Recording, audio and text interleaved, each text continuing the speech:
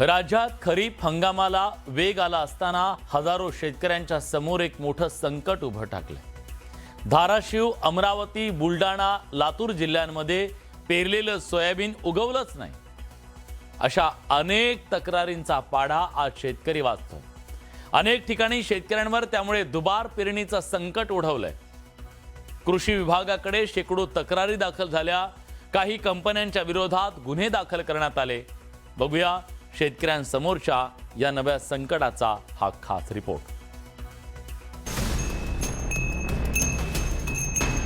शेतकऱ्यांनी खरीप हंगामासाठी मोठ्या आशेनं शेतात सोयाबीनची पेरणी केली, मात्र त्यांच्या हाती फक्त चिखलच लागतोय, कारण पेरलेलं बियाणं उगवलंच नाही।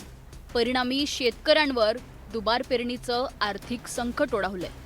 धाराशिव जिल्ह्यात आतापर्यंत सुमारे 50% क्षेत्रावर खरीप पेरणी पूर्ण झाली आहे, मात्र सोयाबीन बियाणं उगवलंच नाही, अशा 51 तक्रारी कृषी विभागाकडे करण्यात आल्यात। यामध्ये महाबीजच्या 37 तर खासगी कंपन्यांच्या 17 तक्रारींचा समावेश आहे। पावसानं उघडीप दिल्यानं आणि बियाणं न उगवल्यानं शेतकरी आता दुहेरी संकटात सापडलाय। पावसाअभावी त्यात आहेत ती बिग आहेत ते मोड वाळून चाललेले आहेत। कसल्याच प्रकारची बोल नाही का आता काय नाही। आता कसं मग पाणी नाही पाणी नाही आता पाणी नाही काय नाही आता काय घ्यायचं।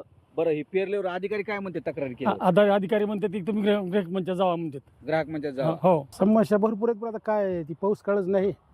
पेरलंय ती उगवाना गेलंय। महाबीजकडे ते अधिकारीकडे जाता, पंचायत समिती गेला होती मध्ये जावा तिकडे वरी ग्रामपंचायत मध्ये। मग काय कुठं गेलं शेतकऱ्याला हाय ती वाट आहेच, खर्च करावंच लागतंय। अमरावती जिल्ह्यात बूस्टर कंपनीच्या सोयाबीन बियाणांबाबत मोठ्या प्रमाणात तक्रारी समोर आल्यात। काळ्या शेतात थोडीशी हिरवळ दिसतीये, मात्र बियाणं काही उगवलंच नाही। चांदूर रेल्वे तालुक्यातील राजुरा येथील शेतकरी प्रीतम चव्हाण यांनी पत्नीचं मंगळसूत्र गहाण ठेवून बियाणे खरेदी केले, मात्र बियाणं उगवलंच नाही। त्यामुळे कर्ज फेडायचं कसं, असा प्रश्न आता त्यांच्या समोर निर्माण झालाय। आणि ही जी बूस्टर होतो तो कंपनी आहे किंवा रोहित सीड आहे किंवा महादेव इन्व्हेस्ट कंपनी आहे, या कंपन्यांवर कारवाई झाली पाहिजे, जेणेकरून हे लोक शेतकऱ्यांची खेळ केला नाही पाहिजे। कारण की जो कोणी येतो तो शेतकऱ्याची खेळ करून चालला जातो। अमरावती जिल्ह्यात आतापर्यंत 470 शेतकऱ्यांनी बोगस बियाण्यांच्या तक्रारी दाखल केल्यात। चौकशीनंतर कृषी विभागानं booster plant genetics private limited company विरोधात गाडगेनगर पोलीस ठाण्यात गुन्हा दाखल केला आहे।